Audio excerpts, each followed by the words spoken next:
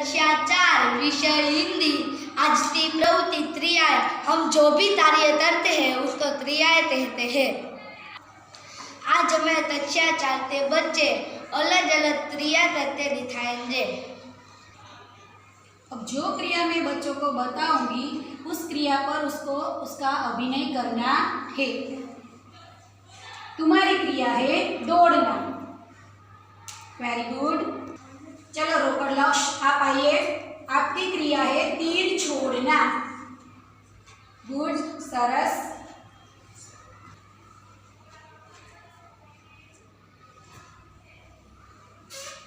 हवा भरना।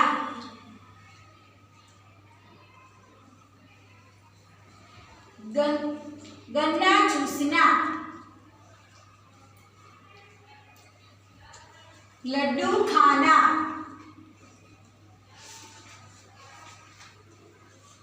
केला खाना।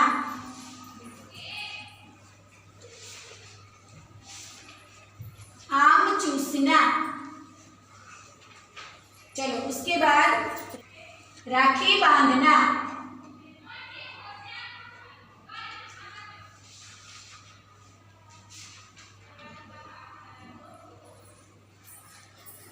पतंग उड़ाना।